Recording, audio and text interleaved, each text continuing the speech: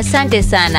Kikubwa kwanza tunashukuru jamani kwa mapokezi mazuri ambayo tumeyapata hapa Dodoma, kuanzia service upotoka pale sijara kwenda kulala, kila kitu Dodoma mambo ni mazuri. Hongereni sana kwa hilo. Asante. Wana Dodoma sisi hatunaga choo.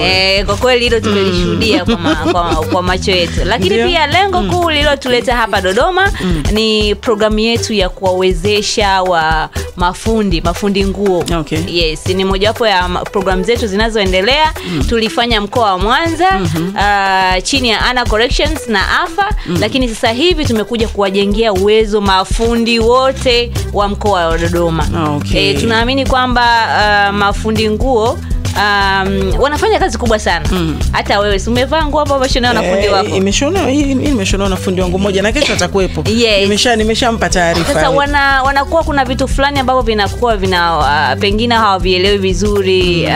Kwa hiyo tukasema kwamba sisi kama AFA tuwajengee uwezo ili waweze kuichukulia kwa thamani na kwa ukubwa kazi hii ya ubunifu wa mitindo na ushonaji, kwa sababu ni ajira, ni biashara, na tuna kampeni ya kufanya ushonaji biashara.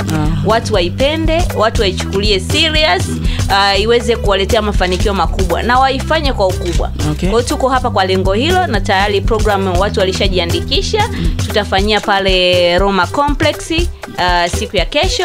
Kwa hiyo tunawakaribisha mafundi wote waliojiandikisha wakaribie, tuweze kuwajengea uwezo, ikiwa ni programu yetu ya kurudisha kwa jamii. Na ndio maana tukasema Twiga tumlete naye Dodoma aje hapa kama balozi wetu. Kumbe lengo ni kurejesha kwa jamii, lakini nyinyi mmeamua kurudisha kwa staili hii. Kwamba mtoe ujuzi mlionao mtoe pia kwa wengine. Na hii sasa Ana mnaichukua tu kwa wale mafundi ambao ni wabobezi, ama hata mimi ambaye natoa cherehani yangu pale nje na shona pale vilaka viwili vitatu na mimi pia nahusika, kama iko vipi?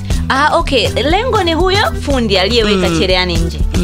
Kwa lengo kubwa la hii program ni kumtoa yule fundi aliyeweka cherehani nje kibarazani, ainuke na yajulikane, afikia kama kinaana kwenye frame, mwisho achukue nyumba. Sasa ili kufikia pale kuna aina ya ujuzi ambao unatakiwa awe nayo. Ujuzi wa kwanza, ujuzi wa kiubunifu, apate kufahamu, ujuzi wa kukata nguo vizuri na kushona bila marekebisho, ili kuondoa ile tatizo la what you ordered and what you get. Unapeleka nguo kama zetu tunazonaga, unatoa nini? Unatoa boko. Ushawahi kutolewa boko pengine? Ipo. Mpaka una yani ile shule ambayo ulikuwa unataka kwenda, unaenda kishingo upande. Inabidi utafute nguo nyingine ambayo hukutarajia kuivaa. Kwa hiyo tunajengea uwezo sehemu hiyo, lakini pia eneo la tatu ambalo tunaenda kuwajengea uwezo ni eneo la biashara. Maana yake kuwafundisha wawe very professional, watoe kazi kwa wakati. Wasikimbilie huku, wasirundike kazi, kuondoa ile mentality ya ufundi juma. Hatutaki kulisikia hilo neno la mambo ya fundi juma, hatakiwi kabisa. Tumechoka. Tunataka yani mafundi wawe professional, waweze kupiga simu kwa wateja nguo zikiwa tayari. Yani waweze kutunza fedha na masoko pia. Ana, umezungumza hapo kuondoa swala la fundi juma. Sasa hivi ukiangalia mafundi wengi ama ndo madesigner ndo hao mmeleta mabadiliko sana kwenye hii sekta. Imekuwa inavyochukuliwa sio kama zamani ambavyo tulikuwa tukichukulia. Unafikiri kipi ambacho kimesababisha? Kuna sehemu gani ambayo tuliona hapa sasa nyinyi kama mafundi na sisi wavaaji mnatakiwa mtubadilishe, tutoke kwenye ile mentality ya fundi juma tuelekee sasa huku kwa wapo wengi sana. Kuna Irene Stylish hapa Dodoma yupo, kuna Idi Kotua, na wazungumza hao kwa sababu tunafanya nao kazi nyingi. Kina Ole Designer wapo, hao wote ni wanadada ambao wanafanya vizuri sana.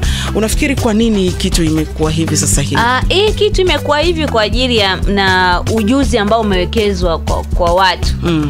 Watu wakiwa na hiyo package ya ujuzi wa kiubunifu, maarifa. Manake zamani ilikuwa ni mtu kifeli, nenda umeshindwa hata cherehani, nenda kajifunze. Ndio Lakini sasa hivi mtu anafanya kwa mapenzi. Hao unawazungumza pengine wamesoma, wana elimu ya biashara, umeona? Wanajua kukata kwa kutumia pattern, yani sio kwa kubahatisha. Ukikuta nguo kwa ukienda kufanya